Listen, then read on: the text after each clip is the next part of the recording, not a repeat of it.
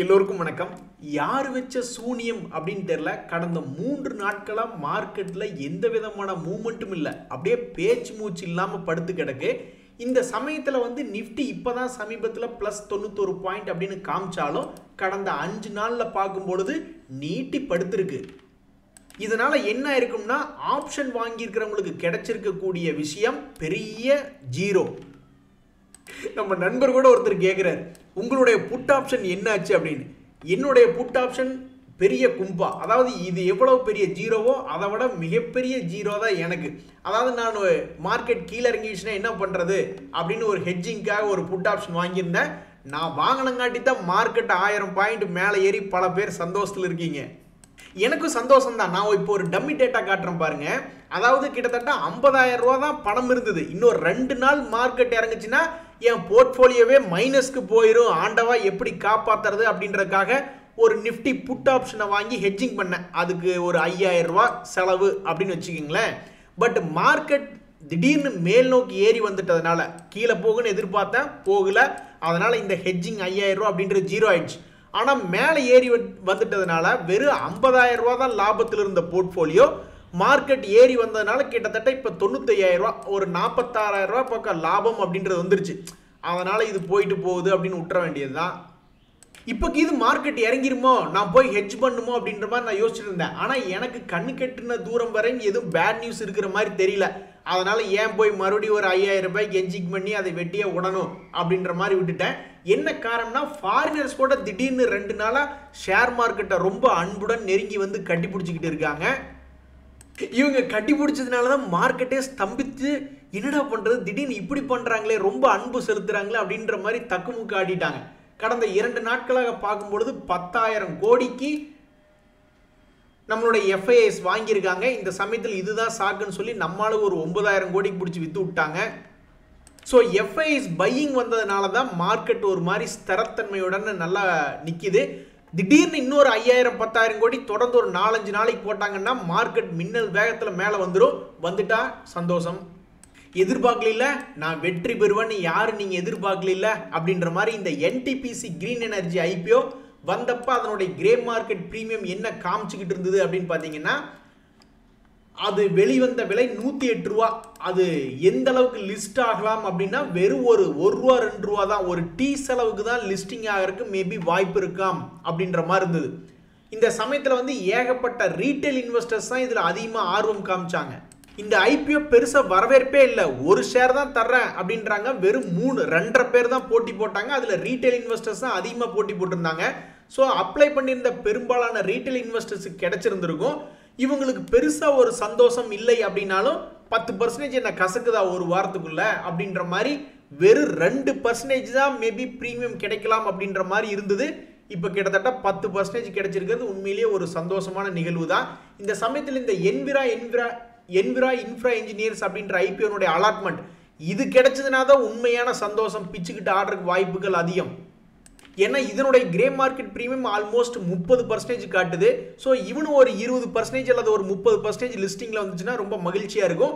இன்றைக்கி தான் இதனுடைய அலாட்மெண்ட் ஸ்டேட்டஸ் பார்க்கணும்னு நான் நினைக்கிறேன். ஸோ யாருக்கெல்லாம் அலாட்மெண்ட் கிடைக்குதோ அவங்களுக்கெல்லாம் ரொம்பவே மகிழ்ச்சியாக இருக்கிறதுக்கு தான் வாய்ப்பு அதிகம்.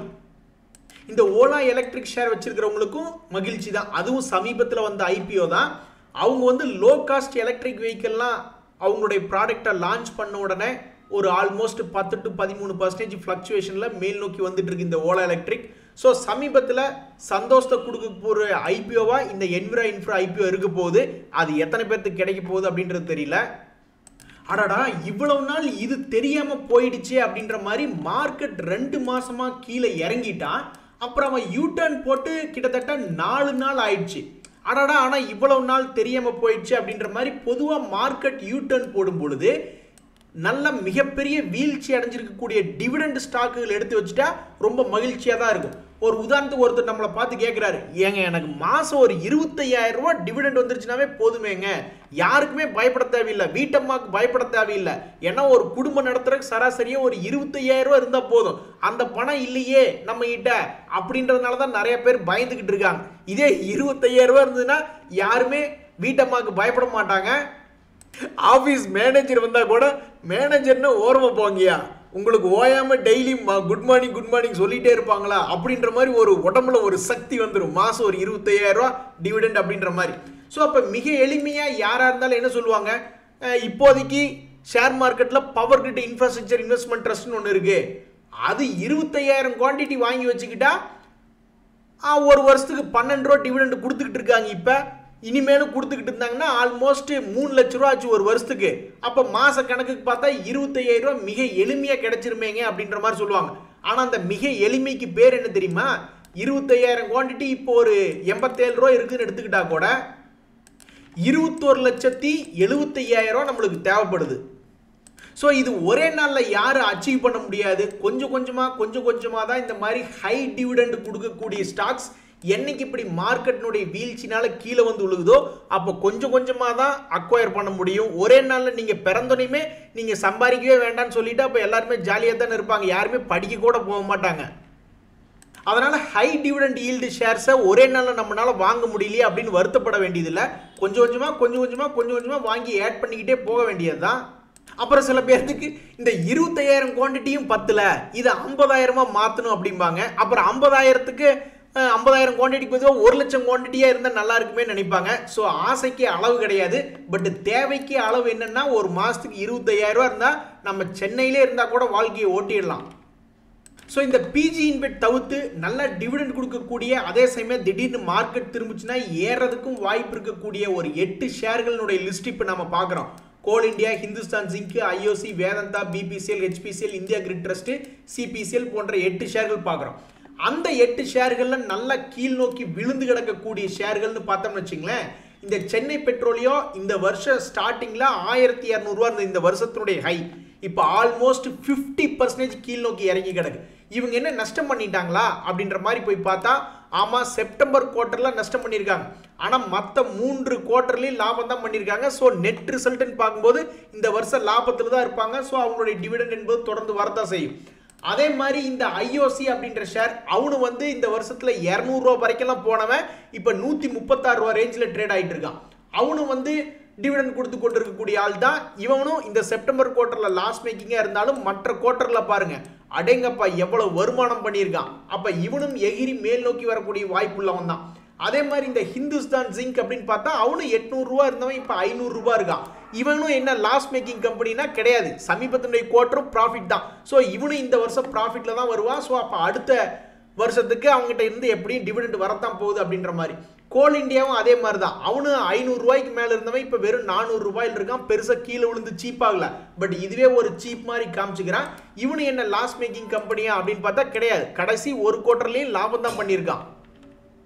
அதனால நண்பர்களே, அடடா இவ்வளவு நாள் பார்க்காம விட்டுட்டோமே அப்படின்ற மாதிரி ஒரு 4 நாள், ஆனால் மார்க்கெட் திரும்புதா இல்லையான்னு தெரிஞ்சுக்கிற கண்டிப்பாக ஒரு 4 நாள் தேவை தான்.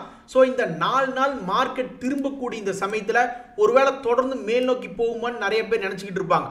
அப்போ ஏதாவது டிவிடெண்ட் ஈல்டு ஸ்டாக்ஸ் இது ஏதாவது இறங்கி கிடக்குதா அப்படின்ற மாதிரி தேடிட்டு இருப்பாங்க. அவங்களுக்கு இந்த தகவல் ரொம்பவுமே உபயோகமாக இருக்கும். இந்த 4 ஷேர்களும் நல்லா டிவிடெண்ட் கொடுக்குறாங்க, அதே சமயம் இந்த வருஷத்தில் இறங்கி கிடக்குறாங்க.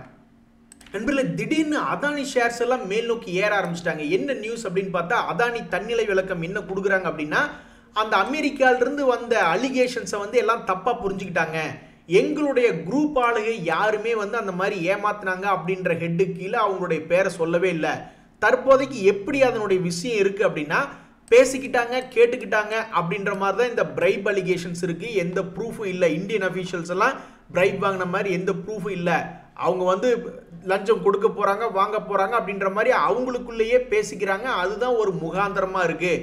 ஆனால் பாருங்கள், எங்களை தொடர்ந்து அடின்னு அடிச்சுக்கிட்டே இருக்காங்க, தொடர்ந்து துன்புறுத்துற மாதிரியே பண்ணிக்கிட்டே இருக்காங்க. இதனால் இப்போ சமீபத்தினுடைய இந்த யூஎஸ் அலிகேஷன்ஸ்னால எங்களுக்கு 55 பில்லியன் மார்க்கெட் கேபிட்டல் குறைஞ்சிருக்கு. 55 பில்லியனுங்க, அடேங்கப்பா பெரிய அமௌண்ட்டு தான். அது மட்டும் இல்லாமல் பல்வேறு இன்டர்நேஷ்னல் ப்ராஜெக்ட்ஸும் எங்களுக்கு இப்போ க்ளோஸ் ஆகாமல் போயிடுச்சு அப்படின்ற மாதிரி தன்னிலை விளக்கம் கொடுத்துருக்காங்க. அந்த விளக்கத்தை கேட்டதுக்கப்புறம் ஷேர் மார்க்கெட்டில் இந்த அதானி என்டர்பிரைசஸ் இன்னைக்கு நிஃப்டி 50 இண்டெக்ஸில் டாப் லீடராக பிடிச்சி நகர்த்தி விட்டுருக்காங்க. அதே மாதிரி நிஃப்டி நெக்ஸ்ட் 50 இண்டெக்ஸில் அந்த அதானி குரூப் ஸ்டாக்ஸ் சிலதெல்லாம் வந்து ஒரு 5% 7% ஏற்றி விட்டுருக்காங்க. இதில் இந்த பிஎல் அப்படின்ற ஷேர் கவனிச்சிங்களா, அவன் இன்னைக்கும் நிஃப்டி 50 இண்டெக்ஸில் ஒரு டாப் கெய்னராக வந்திருக்கான். ரொம்ப சிம்பிளாக 12% சம்பாரிச்சு கொடுத்துருக்கான். ஸோ நல்ல ஷேர்களை 4 பார்த்து வச்சுக்கோ, அதில் பணத்தை போடு, அப்பப்போ சம்பாரி அப்படின்ற தத்துவத்திற்கு ஏற்ப இந்த 4 நாளில் ஆல்மோஸ்ட் லோ லெவல்ல இருந்து 12% ஏறி வந்திருக்கான் பிஎல்.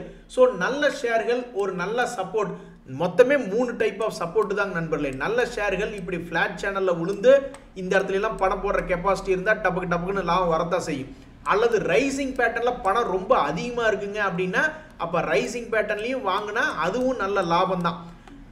பணம் என்கிட்ட கம்மியாகவும் இல்லை அதிகமாகவும் இல்லை, ஆனால் பணம் என்கிட்ட ரொம்ப ரொம்ப அதிகமாக இருக்குது அப்படின்னா அப்போ ஃபாலிங்லேயும் மார்க்கெட் கீழே உழுகக்கூடிய சமயத்துலேயும் ஒரு சப்போர்ட்டில் போய் எடுக்கிறதுக்கு பணம் இருந்ததுன்னா அப்போவும் அது வெற்றி நோக்கி தான் நம்மளை இழுத்துட்டு போகும். ஒரு 10-15 ஷேர் நல்ல ஷேராக வச்சுருந்தா போதும். மற்ற இடங்களில் போய் பார்த்தாலும் சந்தோஷம் தான். மிட் கேப்லேயும் வந்து ஒன்றும் பெருசாக தப்பில்லை அப்படின்ற மாதிரி ஒரு 7% 5% ஏறின பங்குகளும் நிறையா இருக்குது. ஸ்மால் கேப்லேயும் 10% ஏறின இந்த கொசு ஜிஆர்எஸ்சி ஆதார்னு ஒரு ஷேர் நான் இன்றைக்கி தான் பார்க்குறேன், அது ஒரு 5% ஏறி இருக்குது. ஸ்மால் கேப்பில் இருக்கான்னு ஒரு 5% ஏறி இருக்குது. இன்றைக்கி வந்து ரொம்பவுமே மனசை நோகடிச்ச கிளி யாருன்னா மைக்ரோ கேப் ஷேர்ஸ் தான். ஏன்னா எவனுமே 10%க்கு மேலே ஏறி வரல, எல்லாருமே ரொம்ப சாதாவாக வெறும் 5% 4%. இதெல்லாம் லார்ஜ் கேப் கம்பெனி ஏறுவானுங்க இந்த 4% 5%. அதுக்கு எதுக்குங்க மைக்ரோ கேப்பு?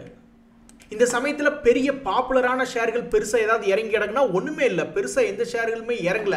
இந்த இசட்எஃப்சி இந்தியா அப்படின்றது ஒரு 12% இறங்கியிருக்கு. அதுக்கு காரணம் பிளாக் டீல் தான், ஒரு ப்ரொமோட்டர் எக்ஸிட் ஆகிறார் அப்படின்ற மாதிரி ஒரு நியூஸ் படிச்சிருந்தேன். ஸோ நியூஸ்னால தான் இது 12% இறங்கியிருக்கு. அதை தவிர்த்து பார்த்தா சும்மா இந்த ஹாத்வே பிரஸ்டீஜ்னு ரொம்பவுமே பாப்புலர் இல்லாத சில கம்பெனிகள் கார்ட்ரேடு அந்த மாதிரி கிரானியூல்ஸ்னு சிலதெல்லாம் ஒரு 4-5% இறங்கியிருக்கு. இது மார்க்கெட் இன்னைக்கு வேஸ்ட் மார்க்கெட் என்பதற்கு உண்டான குறியீடே கிடையாது. ஸோ மார்க்கெட் இன்னைக்கு பொதுவாக நல்லா இருக்குது. ஸோ எல்லாத்தினுடைய போர்ட்ஃபோலியோ ஓரளவுக்கு இன்னைக்கு சந்தோஷமா தான் இருக்கணும். நண்பர்களே, அத்தை பொண்ணு 4 இருக்கும் பொழுது நம்ம ஊரூரா பொண்ணு வேணும்னு சொல்லி தேடி அலைஞ்ச மாதிரி நிஃப்டி 50 இண்டெக்ஸில் இருந்து ஆரம்பிச்சுன்னு வச்சிங்களேன். நிஃப்டி இண்டெக்ஸில் நிறைய இண்டெக்ஸஸ் இருக்குது. அதில் ஒரு டாப் நல்ல ஸ்டாக்ஸ் எடுத்தால் மொத்தமே ஒரு 50 பேர் தான் வருவான். அந்த 50 பேர் தான் டெய்லியும் சுற்றி மேலே ஒரு 10% ஏறதும் கீழே ஒரு 5-6% இறங்குறதும் ரொம்பவுமே ஃபோக்கஸில் இருக்கக்கூடிய ஸ்டாக்ஸ்ன்னு பார்த்தா ஒரு 50 தான் இருக்கும். ஸோ இந்த இண்டெக்ஸில் இருக்கக்கூடிய டாப் லீடிங் ஒரு 5 ஸ்டாக்ஸாக மறுபடி சுற்றி ஒரு 5% ஏறது 5% இறங்குறதுன்னு டெய்லி ஏறி இறங்கி எனத்தையாவது ஒன்று பண்ணிக்கிட்டு இருப்பாங்க. திடீர்னு எல்லாரும் சேர்ந்து கும்பலாக டெய்லி ஒரு 5% 10% தொடர்ந்து மேல் நோக்கி ஏறி வருவாங்க. அப்போ இவ்வளவு அருமையான ஷேர்கள் இருக்கும்போது நான் இல்லைன்னுலாம் சொல்லலை. இப்போ கூட பாருங்கள், இதெல்லாம் பாப்புலர் இல்லாத ஷேர் தான். டால் க்ரோஸ் ஆட்டோ, ஹெச்ஜிஎஸ் போன்ற கம்பெனியில் இன்றைக்கி 12% மேல் நோக்கி ஏறி வந்திருக்காங்க. அதில் இந்த ஹெச்ஜிஎஸ்லாம் பார்த்தோம்னு வச்சுங்க, ஒரு மலை மாதிரி சரிஞ்சிருக்கான். 1600 ரூபாயிலிருந்து 700 ரூபா வரைக்கும் வந்து இவன் பாட்டுக்கு இப்போ ட்ரேட் ஆகிட்டு இருக்கான். திடீர்னு ஏதோ நல்ல பையன் மாதிரி ஒரு 12% ஏறி ஜாலியாக என்ன ஜலஜாவோட ஜல்சா பண்ண போயிட்டார் அந்த மனுஷன் அப்படின்னு பேசுகிற மாதிரி இப்போ ஒரு 12% ஏறி ஜாலியாக இருக்குது. அதனால் என்னை பொறுத்த வரைக்கும் ரிஜெக்ட் பண்ணிடணும். நம்ம கண்ணு முன்னாடி வேறு எந்த ஷேர்கள் வந்து நின்னாலுமே அதையெல்லாம் ரிஜெக்ட் பண்ணி விட்டுட்டு டாப் 50 அல்லது டாப் 100ல் இருக்க ஸ்டாக்கை மட்டும் நம்ம அந்த யூனிவர்ஸ்லேருந்து மட்டும் ஸ்டாக் செலெக்ஷன் பண்ணிக்கிட்டே இருந்தோம்னா நம்மளுக்கு என்னைக்கு இருந்தாலும் ஒரு நாள் திடீர்னு மார்க்கெட் திரும்பி ஏறும் பொழுது அப்படி ஒரு சந்தோஷமாக இருக்கும். 5% 10%ன்னு ஒருத்தர் 2 பேர்லாம் ஏற மாட்டாங்க. இங்கே பார்த்தீங்களா, இதெல்லாம் ஒருத்தர் 2 பேர் தான் பெயர் தெரியாத கம்பெனிகள், பாப்புலரான கம்பெனிகள் ஏறிக்கிட்டு இருக்கு. ஆனால் ஃபோக்கஸில் இருக்கக்கூடிய ஏகப்பட்ட கம்பெனிகள் தொடர்ந்து 7% 5% 2-3 நாள் ஏறிக்கிட்டே தான் இருப்பாங்க. இங்கே பாருங்க, அப்படி கீழே விழுந்து கிடக்கக்கூடிய ரொம்ப பாப்புலரான பங்குகளில் வந்து இந்த எக்ஸைடு ஹட்கோ அப்படின்ற ஒரு 2 ஷேர் பார்க்குறோம்னு வச்சுக்கோங்களேன். இந்த ஹட்கோ ஷேர்லாம் திரும்பி அவனுடைய பழைய ஹை வர்ற மாதிரி இருந்தால் 40% ஏறி வரணும். அதே மாதிரி ஒரு காலத்தில் ரொம்பவுமே ஃபோக்கஸாக நிற்காம மேல் நோக்கி ஏறி ஓடி வந்த இந்த எக்ஸைடு அவனுடைய பழைய ரேட் வந்தாலும் ஆல்மோஸ்ட் இங்கிருந்து 30% ஏறி வரணும். ஸோ முன்னணியில் இருக்கக்கூடிய பங்குகள் மேலே ஃபோக்கஸ் வச்சு ஒருவேளை அவன் மேலே வந்துட்டா நம்மளுக்கு மகிழ்ச்சி தான். மற்றவங்கெல்லாம் ஒரு மாதிரி பயந்துக்கிட்டே இருக்கணும். இந்த ஹெச்ஜிஎஸ் எல்லாம் என்னைக்கோ ஒரு நாள் கழிச்சு ஏறி வருது. நண்பர்களே, எங்கள் திருப்பூர்காரங்களுக்கு என்றைக்குமே ஒரு பெருமை உண்டு. இந்த தமிழ்நாட்டிலே வந்து 2 மாத போனஸ் 3 மாதம் போனஸ் எல்லாம் நிறைய பேர் கற்பனை கூட பண்ணி பார்க்க முடியாது. ஆனால் திருப்பூர்லாம் வந்து பார்த்தீங்கன்னா திடீர்னு ஒரு நல்ல ஒரு எம்ப்ளாயர் இருந்தால் 3 மாத போனஸ் எல்லாம் கொடுக்குறவங்க இருக்காங்க. அதாவது அவர் ஒரு வருஷத்துக்கு வந்து ஒரு 12,000 ரூபா சம்பளம் வாங்குறாருன்னு ஒரு கணக்கு வச்சுக்கோ, மாதம் 1000 ரூபா கணக்குக்கு. அப்போ அவருக்கு போனஸாக 3000 ரூபா தர்ற ஆளுகள்லாம் இங்கே இருக்காங்க. ஆனால் இப்போ இன்ஃபோசிஸில் ஒரு செய்தி என்ன வருதுன்னா, பர்ஃபார்மன்ஸ் போனஸாக 90% வரைக்கும் தர்றோம் அப்படின்ற மாதிரி சொல்கிறாங்க. அது வாங்கி பார்த்தவங்களுக்கு தான் தெரியாது உபயோகமாக இல்லையா அப்படின்னு. ஸோ இந்த யாராவது இன்ஃபோசிஸ் அறிவிச்சிருக்கக்கூடிய இந்த போனஸ் அப்படின்றது வாங்குறீங்க, 90% போனஸ் வாங்குறீங்கன்னா எங்களுடைய 3 மாச சம்பளம், ஒரு வருஷத்தினுடைய 3 மாச சம்பளத்தை விட அதிகமாக அது அல்லது அது கம்மியாக என்ன அப்படின்றது தெரியப்படுத்துங்க.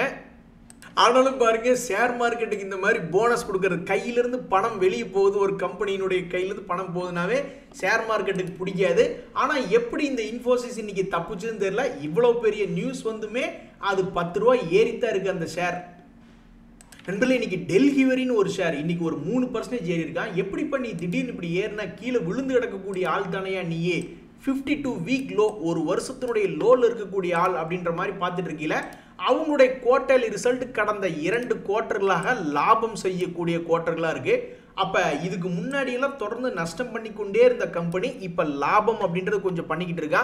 அடுத்து வரக்கூடிய ஜனவரி குவார்டரில் ஓரளவுக்கு நல்லா பண்ணிட்டான் அப்படின்னா, டிசம்பர் குவார்டரில் நல்லா பண்ணிட்டான்னா மேபி இந்த ஸ்டாக்கை தூக்கி விட போகிறாங்களா என்னன்றது தெரியல. பட் தற்சமயத்துக்கு ஒரு யூ டர்ன் போடக்கூடிய, ஃபண்டமெண்டலி யூ டர்ன் போடக்கூடிய கம்பெனியாக தன்னைத்தானே காமிச்சுக்கிறா. அடுத்தது வரக்கூடிய டிசம்பர் குவார்டரில் என்ன பண்ணுறா அப்படின்றத பொறுத்து இருந்தால் பார்க்கணும். நிறைய பேர் சொல்லுவாங்க, நான் கோடீஸ்வரன் ஆகக்கூடிய அமைப்பு என் ஜாதகத்தில் இல்லைங்க, அதனால் நான் கோடீஸ்வரன் ஆகலை அப்படின்னு ஏதாவது சாக்கு போக்கு சொல்லுவாங்க. ஆனால் ஸ்டாக் மார்க்கெட்டில் மட்டும் அப்படி கிடையவே கிடையாது. நம்மளுக்கு ஜாதகத்தில் அமைப்பு இருந்தாலும் சரி, அமைப்பு இல்லைனாலும் சரி, ஒரு நிஃப்டி 50 இண்டெக்ஸில் தொடர்ந்து எஸ்ஐபி மூலியமாக போட்டே வந்துட்டு இருந்தால் இந்த ஜாதகத்தை கூட எதிர்த்து நிற்கக்கூடிய ஆற்றல் என்பது ஸ்டாக் மார்க்கெட்டுக்கு உண்டு.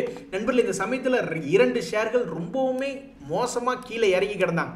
ஷேர் மார்க்கெட்டில் ஒரு கான்செப்ட் இருக்குது, ஏதாவது ரொம்ப ஓரளவுக்கு நல்ல ஸ்டாக் தான், ஆனால் ரொம்ப மோசமாக கேவலத்துக்கு இறங்கி கிடந்தா அந்த இடத்துல பார்கெயின் ஹண்டிங் அப்படின்னு சொல்லுவாங்க. அதாவது ரொம்பவுமே உளுந்து கிடக்குது, அவன் எப்படி கொஞ்சமாவது ஏறுவான் அப்படின்ற மாதிரி தர ரேட்டுக்கு பேசி வாங்குறதுக்கு பேர் தான் அந்த பார்கெயின் ஹண்டிங்.